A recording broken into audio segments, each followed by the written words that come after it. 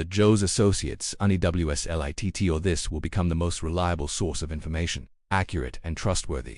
A must-read for all of Joe's legion of fans. Joe's astonishing arrival. Most long-term fans will know Joe's great friend, the famous promoter Micky Martin. Joe always enjoyed their frequent chats together on Micky's regular visits. He rang me recently, so I'll let him take up the story. "Hiya Terry, I just had to call you. Your name would so often come up in conversations with Joe, and his deep respect and affection for you was always clear. But nothing prepared me for what he shared in our final talk, just days before he passed.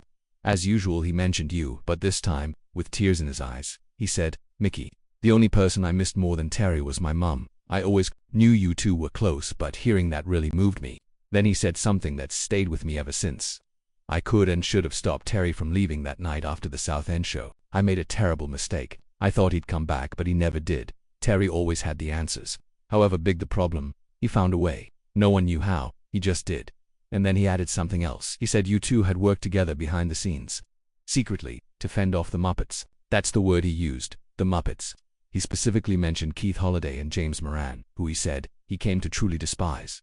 Joe's words were raw, honest, and full of regret. I thought you should know, Terry, it meant a lot to him, and it meant a lot to me to hear it." Another Dies Cielo, the last studio album that was produced by Terry and Joe in 2010 while Moran was on holiday alone in Thailand. He'd left the distraught Joe at home. Joe entitled it You and Me, obviously referring to the fans. Some years later, Joe revealed that it was personally dedicated to himself and Terry, who conceived it while James Moran had run away to Thailand. The funeral DABACLE. After Joe and I parted ways, I proceeded to convene a personal crusade to expose the dishonest people around Joe, who were bleeding him dry, and I had done so for many, many years. The main culprits were James Moran, Keith Holliday, and Geraldine Vine. This exposure was achieved by way of personal letters sent on each of several occasions in denouncement of the aforementioned 150 members of Joe's Friendship Club. Incidentally, after the first 3 Friendship Club secretaries whom I worked with, they were honest and straightforward people. Then along came Geraldine Vine, who on the instruction of James Moran was told to place the Friendship Club in her own name. Consequently, from that moment onwards, possibly 25 years or so ago, it never again belonged to Joe, and all of the financial proceeds from that point on were stolen by Moran and Vine. I can verify that Joe Longthorne from that point on never received a penny piece. Furthermore, Vine set up the Joe Longthorne Foundation in her own name with once again the same outcome financially as the Friendship Club. I involved the Blackpool police and brought this fraud to their notice.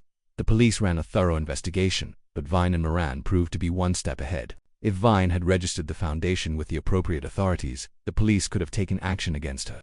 Unfortunately, it was never registered as a charity, so no action could be taken against them legally, and throughout its existence, the substantial profits were stolen by Vine and Moran. Upon Joe's passing, I was determined to attend my best friend's funeral service. Arriving 15 minutes before its commencement, I entered the church. Couldn't help noticing the 2 bouncers on the door, would you believe? Seated in the church were 700 Joe fans, with 150 reserved seats at the front for the family when they arrived. 2 people I knew well ventured from the back of the room to come and sit with me in the reserved seats. They were Alan Hardwick and his wife Julie. We had been friends over 30 years. As they sat down and we quickly became reacquainted, I explained to them that I believed that my visit would be a brief one. Sure enough, after 5 or 6 minutes, the head bouncer, who I had known from the past, approached me and politely asked if he could have a word with me in the foyer. Upon arrival, he ventured, "It's not me, Tell, but you will have to leave," to which I responded, "Obviously the work of the Muppets." He nodded. My final words before I left were, "Doesn't matter. Joe knows I've attended." With that, I returned to the railway station and proceeded back home. TL